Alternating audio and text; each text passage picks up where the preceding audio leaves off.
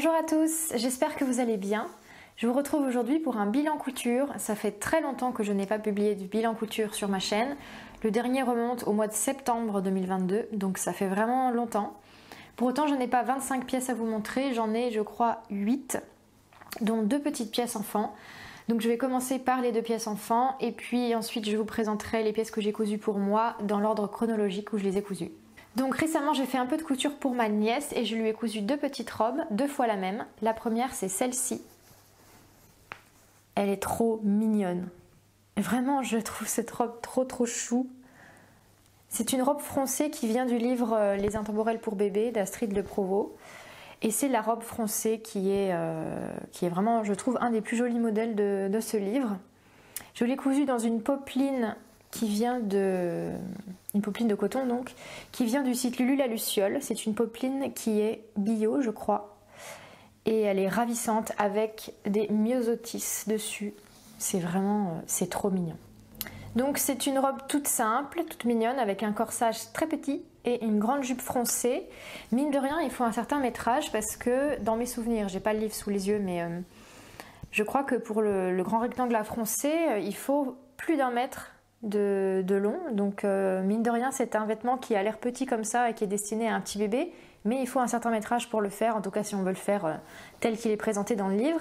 Voilà le dos avec des petits boutons recouverts. Je me suis amusée à faire des boutons recouverts, je trouve ça vraiment très charmant. À faire, je trouve ça vraiment sympa, moi ça me détend, ça me fait plaisir, je trouve ça assez facile, j'ai une méthode qui marche bien.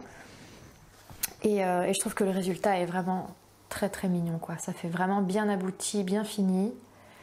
Voilà, celle-ci je ne l'ai pas doublée contrairement à la dernière fois où je l'ai cousue, parce que le tissu est assez opaque et pour la saison qui arrive, je voulais pas une robe trop chaude. Donc voilà l'intérieur, je ne sais pas si je vous verrai bien. Il y a donc une seule couture d'assemblage sur ce vêtement, c'est l'assemblage entre le corsage et la jupe.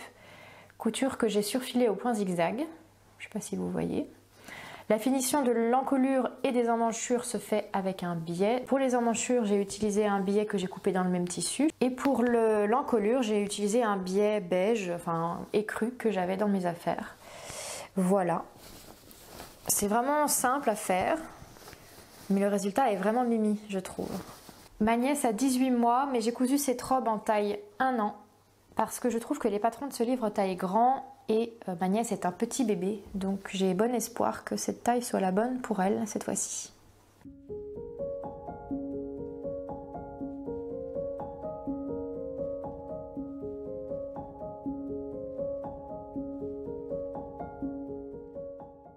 Et puis je lui ai cousu une deuxième robe froncée, donc exactement le même modèle, mais dans une chute de coton brodé qui me restait de ma robe d'anniversaire. Je ne sais pas si vous vous en souvenez. J'avais cousu au mois de septembre ma robe d'anniversaire, c'était la robe Casablanca, dans un coton brodé Bordeaux qui venait de Mercerine. Donc là je crois que vous n'avez pas tout à fait la bonne couleur, vous le voyez un peu plus rouge. En réalité il est vraiment Bordeaux, donc il tire un peu plus sur le rose foncé, avec des broderies à motif de feuilles végétales. Vous constaterez qu'il y a une différence d'ampleur de jupe entre les 2 robes, je ne sais pas si c'est très visible. Mais celle-ci elle est vraiment très froncée, elle est très évasée, elle a beaucoup d'ampleur. Celle-ci en a moins, tout simplement parce que je n'avais plus assez de métrage dans ma chute de coton brodé pour faire le grand rectangle de plus d'1 mètre. Donc j'ai utilisé je crois un rectangle qui faisait dans les 80 cm, pas plus, ou 70-80. Donc forcément ça fait moins de volume dans la jupe. Dans le dos, j'ai posé des boutons qui viennent du commerce, je ne les ai pas recouverts, ceux-là je les ai achetés. Ce sont des tout petits boutons d'1 centimètre, ils sont bordeaux également, ils sont ton sur ton. Voilà, comme ça se fond très bien dans la robe. Pour cette robe, comme pour la précédente, je me suis fendue de couture anglaise pour l'assemblage des coutures d'épaule. Alors même si la couture d'épaule est extrêmement petite, je voulais pas qu'il y ait de surjet visible, enfin de surfil visible. Donc je me suis fendue d'une couture anglaise qui ne se voit quasiment pas puisque la couture est vraiment minuscule. Mais bon, c'est toujours une propreté en plus. Et contrairement à la première robe, cette fois j'ai gancé ma couture d'assemblage ici, entre le corsage et la jupe. Donc c'est vraiment très propre. Je l'ai gancé avec un biais que j'ai coupé dans le même tissu, de même que pour l'encolure et les emmanchures. J'ai coupé du biais dans mon tissu brodé, il m'en restait encore un petit peu. Et j'ai fait les propretés avec. Donc c'est vraiment tout propre de partout. Voilà pour les petites pièces enfants.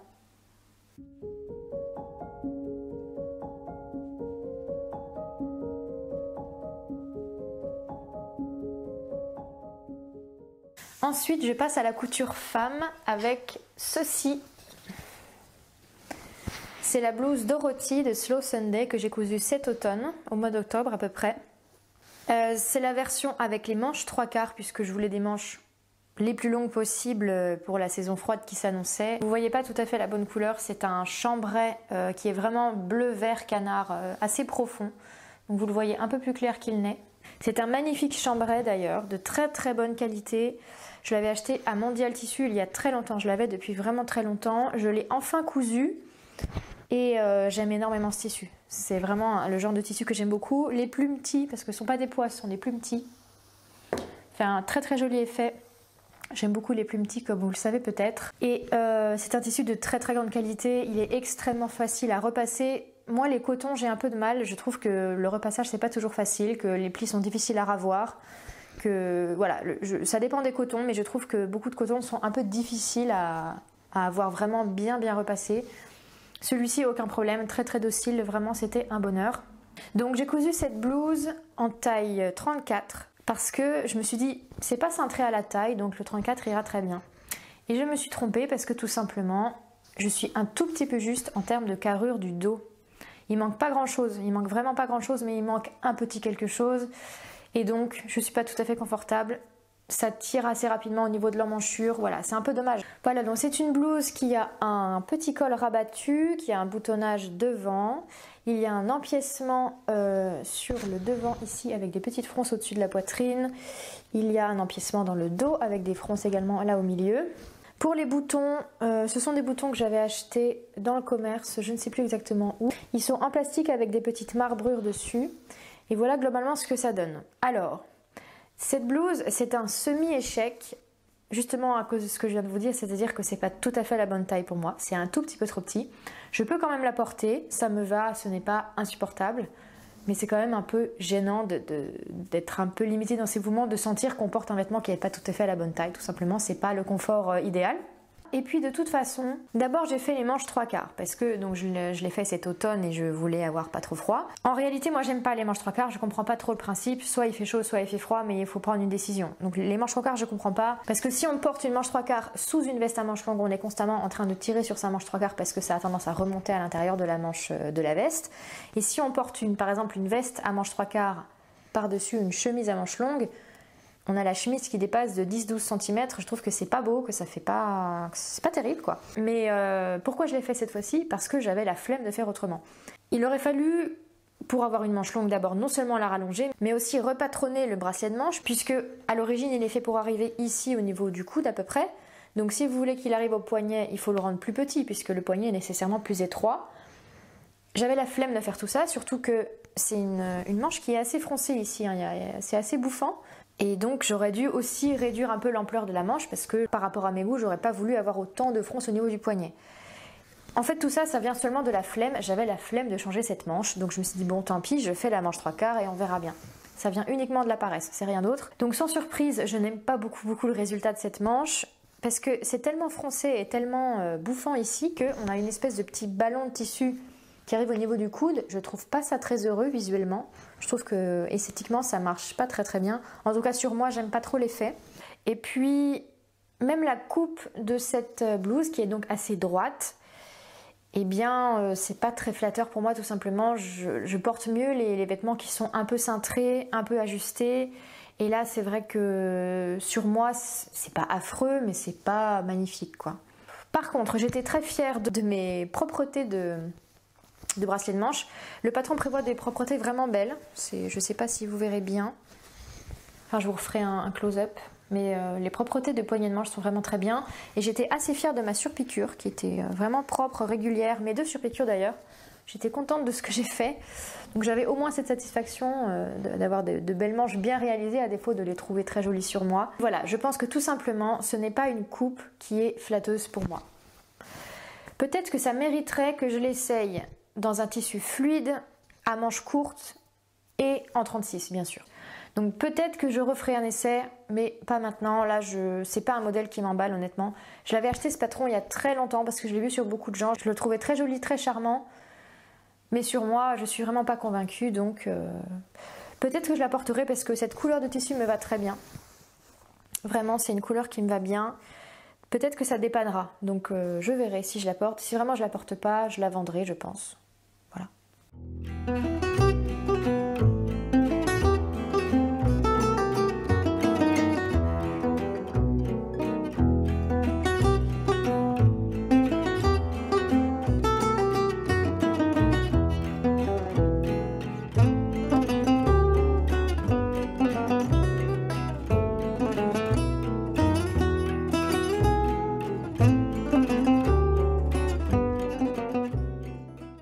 Je poursuis avec cette robe. Il s'agit de la robe Casablanca de How to Do Fashion. C'est ma deuxième version, puisque j'avais cousu donc la première fois cette robe pour mon anniversaire au mois de septembre, dans le fameux coton brodé que je vous ai montré tout à l'heure. Pour vous représenter brièvement le modèle, c'est une robe esprit rétro, un peu années 50, avec une jupe longueur midi assez évasée, qui a une certaine ampleur. La taille est très marquée avec un croisement, c'est une vraie robe portefeuille avec un trou dans le côté et vous nouez la ceinture sur le côté. Il y a un petit col rabattu et un col montant au niveau de l'encolure. Il y a aussi des petites poches ici. Je vous remettrai le dessin technique pour que vous voyez mieux. J'ai trouvé cette robe ravissante et j'ai voulu m'en faire une deuxième version. Ici, je l'ai faite dans une popeline de coton magnifique. Elle est bleu nuit, je ne sais pas si vous voyez bien la couleur. Elle est bleu nuit avec des tas de petites fleurs de toutes les couleurs dessus. C'est vraiment très très délicat et très joli.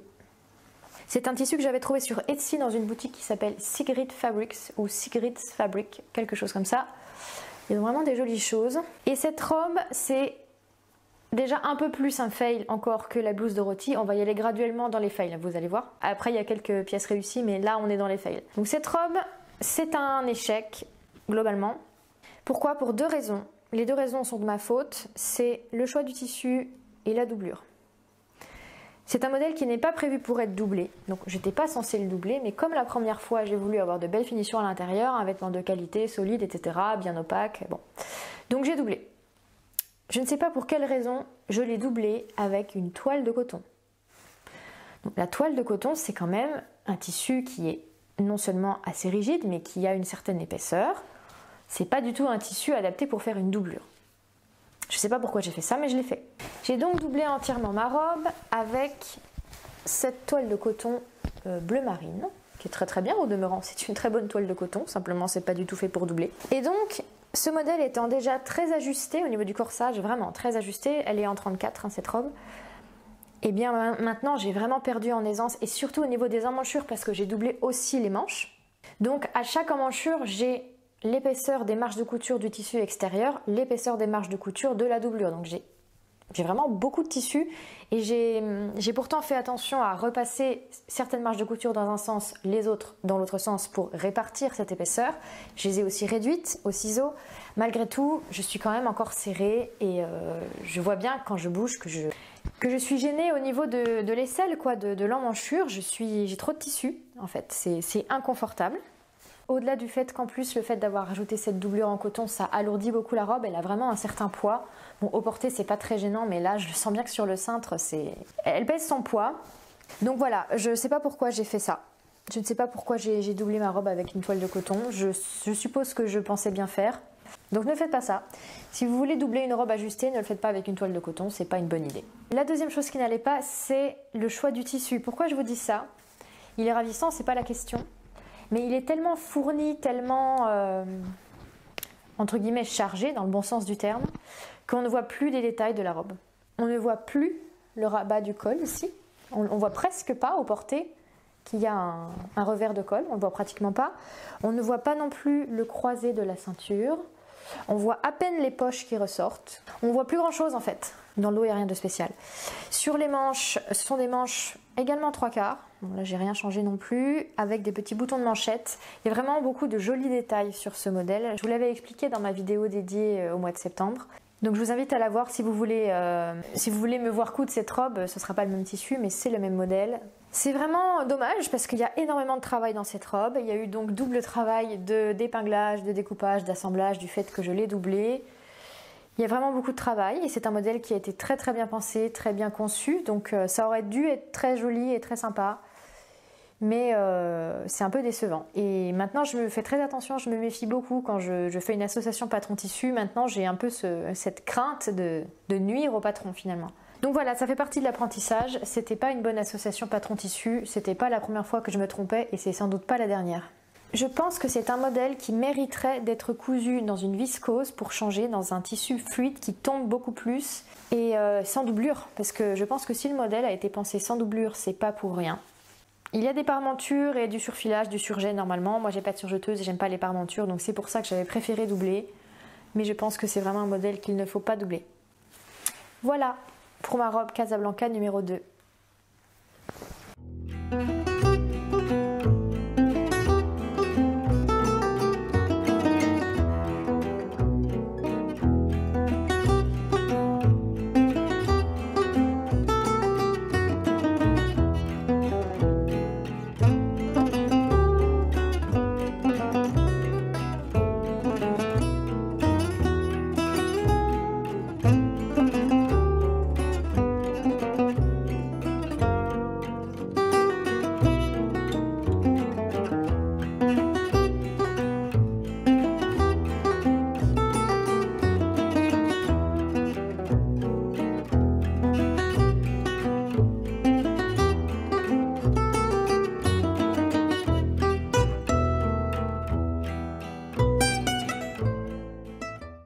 Je poursuis avec un fail encore plus total. Ne vous inquiétez pas, les bonnes choses arrivent après. J'ai mis le cintre à 3 km, voilà. Voici une robe tout à fait différente. C'est une robe nettement plus courte. C'est un modèle McCalls. Je ne sais plus le numéro, je vous mettrai l'image et la référence sur l'écran. C'est une robe qui devait faire l'objet d'une vidéo. J'avais même fait la vidéo en entier, introduction. J'avais filmé toutes les étapes du montage. J'en étais vraiment à mes images de rendu final. Et c'est en voyant les images du résultat final et à la fin aussi en essayant la robe sur moi que j'ai vu que ça n'allait pas. Pourquoi ça ne va pas? D'abord je vous représente brièvement le modèle. C'est donc une robe assez près du corps qui est normalement cintrée à la taille avec des bretelles. Le dos est comme ceci en 3 parties. Le devant vous avez des coutures. La chatte gratte le canapé. Nounou, tu viens? Viens dire bonjour. Allez viens. Il y a des coutures princesses sur le devant. Il y a une bande ici qui fait une encolure cœur un petit peu sur le décolleté. À part ça, la jupe est droite. Il n'y a aucune difficulté technique. C'est un modèle qui s'adresse aux débutants. Donc c'est que de l'assemblage simple. La chatte gratte sur son grattoir. On va attendre un petit peu. C'est bon? Je crois que c'est bon. Voilà, donc c'est une robe vraiment toute simple et je l'ai cousue dans un velours de coton un peu stretch, couleur vert amande, qui vient de chez Ma Petite Mercerie. Le velours en lui-même, il est très bien, très très bonne qualité, il a très bien supporté le repassage. J'ai toujours une crainte quand je travaille du velours de coton, j'ai eu quelques mauvaises expériences, donc je me méfie beaucoup du repassage du velours, je trouve que ça sèche vite, vous savez, ça marque vite, je trouve que ça peut vite s'abîmer au repassage. C'était un cold case parce que c'est une robe que je voulais coudre depuis très très longtemps. C'est un des premiers patrons de robe que j'ai acheté quand j'ai commencé à faire de la couture. Et à l'époque j'avais fait une toile, peut-être même deux, enfin j'avais vraiment commencé à la coudre finalement, à la faire. Et j'avais fait une toile en taille 6, c'était beaucoup trop petit, j'ai fait des ajustements, j'ai réduit du volume de poitrine, c'est ce que j'ai fait là aussi, hein. J'en ai enlevé un petit peu. Mais bon, à l'époque, j'avais pas beaucoup de notions encore de couture, ni de patronage, ni quoi que ce soit. Je me suis un peu découragée et puis j'ai eu d'autres envies, j'ai fait d'autres choses. Donc c'était passé à la trappe. Donc là, c'était vraiment quelque chose que je voulais coudre depuis longtemps. Je n'aimais pas laisser ce projet inachevé quelque part dans un coin. Donc je voulais aller au bout. Ce que j'ai fait. À cause du fait que j'avais eu cette première toile et ces premiers essais où la robe était trop serrée pour moi, je craignais d'être trop serrée là encore. Donc pour être sûre d'être à l'aise, j'ai rajouté de l'aisance, donc ça c'est une taille 8, mais j'ai rajouté quelques centimètres à la taille. Ça m'arrive très souvent sur les patrons anglo-saxons. Je fais une taille 8, mais 8 et demi. Je rajoute 2 ou 3 cm à la taille en général, 3 cm très souvent. J'ai fait donc cette taille 8 avec un petit peu plus d'aisance à la taille. J'ai utilisé un velours un peu stretch aussi pour être sûre d'être libre de mes mouvements, etc. Et en fait j'aboutis à quelque chose qui est qui n'est plus cintré, vous voyez, la robe elle est pratiquement droite maintenant. On perd le cintrage à la taille, c'est nettement moins joli, c'est nettement moins flatteur sur moi. Et une chose que j'avais pas prévue, c'est que le velours de coton, là c'est un velours côtelé 500 raies, il est assez épais. Je n'ai pas du tout réduit mes marges de couture, donc au niveau de la ceinture, il y a vraiment de l'épaisseur, ce qui fait que ça éloigne le tissu du corps. Et donc ça fait comme une espèce de petit boudin autour de la taille, ça fait comme une petite bouée. C'est pas flatteur du tout. À l'endroit où ça devrait être cintré, justement ça ne l'est pas et il y a cette espèce de petit volume qui est pas terrible, vraiment pas terrible. Donc je pense que vous le verrez sur les images portées, c'est pas une grande réussite. Le reste ça va plutôt bien, la jupe tombe très bien, le corsage ça va. J'ai eu beau retirer du volume de poitrine, j'en ai encore un peu trop. Ça passe mais j'en ai quand même trop. Petite particularité morphologique, j'ai les deux épaules qui ne sont pas du tout au même niveau. Mon épaule droite est beaucoup plus basse et plus tombante que l'épaule gauche. Donc quand je fais des vêtements à bretelles, que ce soit des gants ou des robes, je suis obligée de faire la bretelle droite plus courte que l'épaule gauche, sinon je passe mon temps à rattraper ma bretelle droite qui tombe. C'est ce que j'ai fait, j'ai fait ma bretelle droite plus courte, malgré tout elle tombe quand même, donc j'en ai pas enlevé assez. Enfin voilà, c'est vraiment pas une réussite parce que autant l'association patron tissu aurait pu fonctionner parce que dans les tissus conseillés pour ce modèle, il y a le velours, donc je pense que ça peut être très bien, mais à condition qu'on ait quand même toujours cet effet cintré à la taille qui est joli, sinon ça fait une robe courte toute droite et l'effet n'est pas terrible, je trouve que c'est pas très saillant, en tout cas sur moi ce n'est pas beau. Donc là c'est un échec, mais c'est pas grave.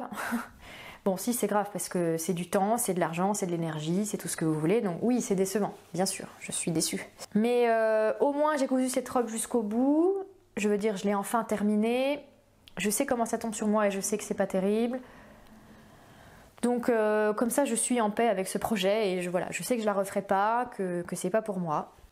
Et donc j'ai appris au moins ça. Les boutons, ils venaient de mon ancienne mercerie quand j'habitais à Troyes. Ce sont des boutons en bois, assez gros, couleur vert aussi, qui allaient bien avec. Voilà, je sais pas ce que je vais faire de cette robe parce que je pense que je vais pas la porter. Donc je vais la donner, je pense. Maintenant qu'il y a une bretelle un peu plus courte que l'autre, je me vois pas trop la vendre. Voilà.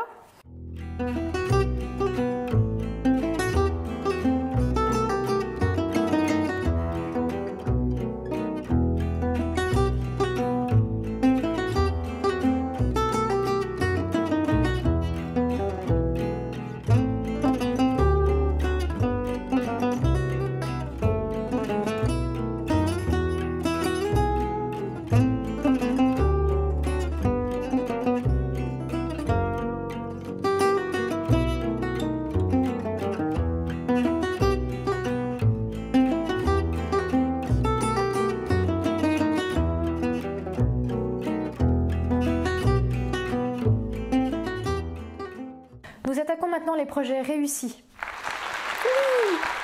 J'ai tout d'abord cette robe-ci. Je ne sais pas si vous verrez grand chose parce que c'est difficile de rendre ça bien sur un cintre. C'est la robe Gigi de Liz Taylor. C'est une robe qui fait partie de sa nouvelle collection printemps 2023 qui est très très mignonne. On peut la faire en version courte ou en version midi. J'ai fait la version midi parce qu'en ce moment j'aime bien porter des robes midi. Elle a aussi créé une extension pour faire un col chemisier. Normalement la robe elle a un petit col rabattu. Moi j'ai préféré faire le col chemisier, je ne sais pas si vous le verrez. Oui, voilà, vous avez un petit col chemisier sans pied de colle. Donc le montage est assez rapide et facile. Je l'ai cousu dans une très jolie viscose qui vient de Lulu la Luciole et qui m'avait été offerte dans le cadre d'un partenariat avec cette mercerie que je vous conseille d'ailleurs. Celles qui me suivent sur Instagram ont déjà vu cette robe et j'aime énormément ce modèle. C'est vraiment une robe très flatteuse avec un esprit un petit peu rétro. C'est ce que dit Liz Taylor sur son site, que c'est un modèle inspiré des années 70.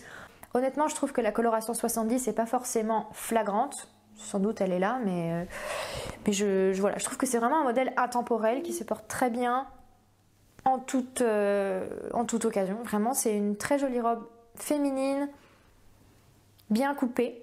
Sa particularité, c'est d'avoir de très jolis plis creux au niveau de la taille. Dans ce tissu qui est assez chargé, c'est difficile à voir. Vous verrez mieux sur ma deuxième version puisque je l'ai faite une deuxième fois dans un tissu plus clair où on voit mieux. Donc cette viscose, je vous disais, elle vient de Lulu la Luciole et c'est une viscose de la marque See You at Six. Je la trouve vraiment très très sympa. C'est vraiment un tissu que j'aime beaucoup. Il est à fond noir avec un motif de mosaïque dans les tons rose, rouge, orange et un petit peu blanc aussi. J'aime vraiment ce genre de design, ça me plaît beaucoup. Les plis à la taille, ça marque la taille très joliment. C'est vraiment quelque chose qui est très flatteur. Il y en a dans le dos aussi, hein, je vous montrerai sur ma deuxième version parce que sur ce tissu, je pense que vous ne verrez rien. On fait une propreté aux emmanchures avec un biais, ce que j'ai fait en coupant du biais dans le même tissu. Je vous montrerai l'intérieur juste après. Il y a des parmentures puisque cette robe n'est pas doublée. Je n'ai pas de surjeteuse, donc pour surfiler mes coutures et mes parmentures, j'ai utilisé une espèce de point, un point éclair assez serré. C'est la seule chose que je pouvais faire parce que je trouve que le point zigzag sur les viscoses, sur les tissus fins, souvent c'est moche ou ça ne marche même pas. Donc là j'ai fait comme j'ai pu, j'ai trouvé ce point là sur ma machine et ma foi, j'ai fait ce point éclair à environ 5 mm de ma couture d'assemblage, de chaque couture, et j'ai recoupé le tissu à ras du point. Donc c'est relativement propre et ça s'effiloche encore un peu mais ça va finir par s'arrêter. Vous avez donc une parmenture ici à l'intérieur pour la propreté d'encolure et le col est emprisonné dedans. Sur celle-ci, j'ai fait la ceinture, donc il y a une ceinture comme ceci que l'on coupe dans le même tissu, qu'on doit entoiler je crois normalement, de même que les parmentures, de même que le col. Je n'ai rien entoilé du tout parce que j'avais la flemme et que j'aime pas entoiler, ça m'ennuie. Voilà. Et donc il faut coudre 2 passants, un sur chaque couture de côté, qu'on fixe avec un point de zigzag très serré, donc un point de bourdon finalement. Voilà, c'est vraiment une robe très jolie, très féminine, avec une coupe intemporelle qui ira je pense à tout le monde. C'est une robe qui est très agréable à porter, surtout dans une viscose qui est un tissu doux, qui tombe bien. L'effet est joli, ça fait un joli mouvement quand on marche. Vraiment, j'ai rien à dire. J'ai fait cette robe en 34-36, j'ai fait le haut en 34 à la taille en 36, plus 2 ou 3 cm. Encore une fois, j'ai rajouté un peu parce que j'étais un tout petit peu juste. Et le reste est en taille 36 normale. Les boutons, ce sont des boutons couleur rouge, à peu près rouge, qui viennent aussi de Lulu la Luciole, ils sont de la marque Silhouette 6 aussi. Ici, la parmenture a tendance à ressortir un peu quand on la porte, mais vous verrez sur ma deuxième version que j'ai une petite technique, je vous la montre juste après. Au niveau de l'intérieur, c'est comme ceci. Vous verrez peut-être un peu mieux les plis du coup, sur la version, sur la face plus claire. Voilà, il y a des plis creux dans le dos également. Et on vient les surpiquer sur l'endroit pour qu'ils restent bien en place tout le temps. Là, vous voyez le biais de l'emmanchure, un biais tout simple. Hein. Voilà, c'est un modèle qui se coud assez rapidement, il n'y a pas 36 étapes, ça se fait très bien. C'est un modèle agréable à coudre et agréable à porter, franchement, je pense que j'en ferai d'autres.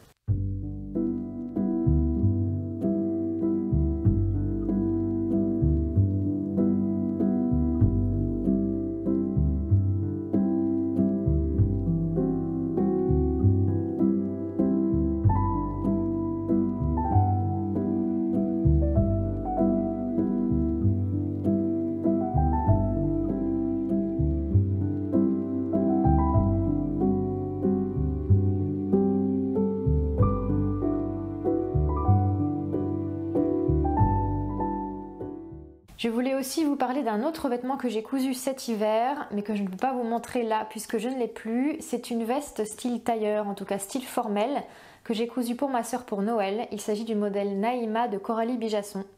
Je l'ai cousu dans un très beau lainage couleur vert bleu à tout petits carreaux que j'avais trouvé dans une mercerie à Roubaix. Ça s'appelle Tissu Alinck, c'est un magasin que je vous recommande, disons une boutique en ligne. Et je l'ai doublé, puisque cette veste est entièrement doublée, avec une batiste de coton écrue à toutes petites fleurs que j'avais trouvée à Mondial Tissu, que je vous avais présenté dans mon haul du mois d'octobre. C'est une veste, je disais, de style formel, donc assez élégante et vraiment qu'on peut porter dans un cadre professionnel sans problème. Je pense qu'elle est même destinée à ça. Elle est à manches longues et sa particularité c'est qu'elle a un col châle au niveau de l'encolure. Elle a des poches passe-poilées à rabat, donc ça c'est le point technique vraiment de cette veste, ce sont les poches passe-poilées à rabat. Les poches sont fonctionnelles, hein. Il y a un vrai fond de poche donc il faut vraiment que ça fonctionne. À part ça, rien de difficile, simplement c'est un travail long, c'est vraiment une veste qui demande du travail puisque il y a le tissu extérieur, il y a la doublure, il y a les épaulettes, il y a les poches passe-poilées bien sûr qui demandent beaucoup de minutie. Donc c'est un modèle qui demande vraiment du temps. Mais j'ai apprécié la coudre, de toute façon j'aime énormément coudre les modèles Coralie Bijasson. Ils sont extrêmement bien pensés, bien conçus, bien coupés, ils sont aussi très bien expliqués, donc même si vous n'avez pas une très grande expérience en couture, vous êtes très bien accompagné. Il y a un livret qui est très clair avec des schémas, il y a aussi des tutos, des vidéos tutos sur YouTube qui sont aussi assez claires. Donc franchement, c'est des choses que moi j'aime énormément coudre. C'est une marque que je vous recommande, moi je trouve toujours que c'est très professionnel et on est vraiment très bien accompagné. Je vous mets quelques images que ma sœur a faites de cette veste. Vous verrez peut-être qu'elle a du mal à la fermer devant avec le bouton. C'est normal, c'est parce que ma soeur attend son deuxième enfant et que sur les images, elle avait déjà un petit ventre de grossesse. D'où la difficulté à fermer la veste, mais en temps normal, ça se ferme très bien. Je l'ai cousue en taille 36 et elle lui va vraiment bien. C'est elle qui m'avait demandé un tissu dans les tons vert bleu pour sa veste qu'elle utilise dans un cadre professionnel. Je crois qu'elle en est contente. Et le dernier modèle que je voulais vous montrer aujourd'hui, c'est donc ma deuxième version de la robe Gigi de Liz Taylor, dans un tout autre style, et c'est une viscose qui vient également de chez Tissu Alinck à Roubaix, que j'avais acheté en magasin physique. Si vous vous rappelez de mon haul du mois d'octobre, vous vous souvenez peut-être que je destinais normalement ce tissu à un chemisier à manches longues. Vous voyez que j'ai changé d'avis. Alors, c'est la même robe que celle que je viens de vous montrer, avec le même col chemisier, qui est très mignon, qu'on voit mieux là parce que le tissu est plus clair, donc vraiment très très joli. J'ai fait mes propretés d'emmanchure avec un biais, non pas dans le même tissu parce que j'avais plus du tout de métrage, j'avais plus assez. J'ai découpé du biais dans une popeline bleu ciel que j'avais sous la main. J'ai toujours une popeline bleu ciel sous la main, ça ne changera pas. Cette fois, pour que la parmenture ne ressorte pas au porté, j'ai fait une petite piqûre. Je ne sais pas si vous verrez, je vous ferai un close-up. J'ai fait une petite piqûre ici, au niveau du dos, tout en haut du dos, sous le col, pour bien plaquer la parmenture sur la robe et qu'elle ne remonte pas. Et effectivement, ça bouge plus, ça marche très bien. J'ai fait de nouveau la version longueur midi, puisqu'elle me plaît beaucoup. J'ai fait donc la même taille avec les mêmes modifications, tout exactement pareil. À ceci près que cette fois je n'ai pas cousu la ceinture pour la simple raison que je n'avais plus du tout le métrage nécessaire. J'avais acheté 1,50 m de ce tissu, il a une laisse de 140 et je comptais faire un chemisier. Pour un chemisier j'aurais été large, mais pour une robe un petit peu longue, là j'avais plus de quoi couper la ceinture, donc tant pis, je la porte sans ceinture et c'est quand même très joli. Là vous verrez mieux les plis, voilà, les plis du dos qui sont vraiment jolis, qui marquent la taille de manière très flatteuse. Il y a les mêmes plis devant, voilà. Les boutons viennent de Mondial Tissu. Je voulais au départ trouver des boutons assortis, des boutons bleus, et finalement je trouve que le contraste est très mignon. Finalement je suis très contente de mes boutons. Ils sont bruns, marron, ils sont très mignons. Vraiment, je suis contente finalement de ce choix. Donc je ne vais pas m'étendre sur ce modèle puisque je viens de vous en donner les caractéristiques. Simplement, cette viscose, elle est très jolie, mais elle est fragile et je l'ai déjà portée plusieurs fois depuis que je l'ai faite. Simplement, il y a un endroit ici, je ne sais pas si vous verrez, où le tissu s'est déchiré autour. Sachant que, de même que pour la première robe, je n'ai rien entoilé, ni les parmentures, ni le col, ni rien. Donc c'est peut-être pour ça que le tissu n'a pas tenu. J'ai peut-être un peu forcé aussi quand j'ai cousu mon bouton, parce que je serre un peu mes fils. Donc je vais essayer de rattraper ça avec un petit bout de thermocollant, ou je sais pas. Je vais bricoler quelque chose pour que ça ne s'ouvre pas davantage. C'est un modèle simple à porter, efficace, agréable, qui fait très très bien le job, qui est élégant sans rien faire, qu'on peut très bien porter au travail ou chez soi, enfin vraiment... C'est un modèle polyvalent, on va dire, voilà. Très très polyvalent. J'ai vu aussi que Liz Taylor avait créé une... je sais pas si c'est une extension ou c'est juste une méthode pour rajouter des manches à cette robe, je pense que je vais le faire. Des petites manches courtes pour changer un peu, parce que je voudrais vraiment refaire cette robe, mais pas forcément à l'identique. J'ai repéré une jolie viscose verte à carreaux à Mondial Tissu qui pourrait être très jolie avec des petites manches. Donc je pense que je vais me pencher sur la question.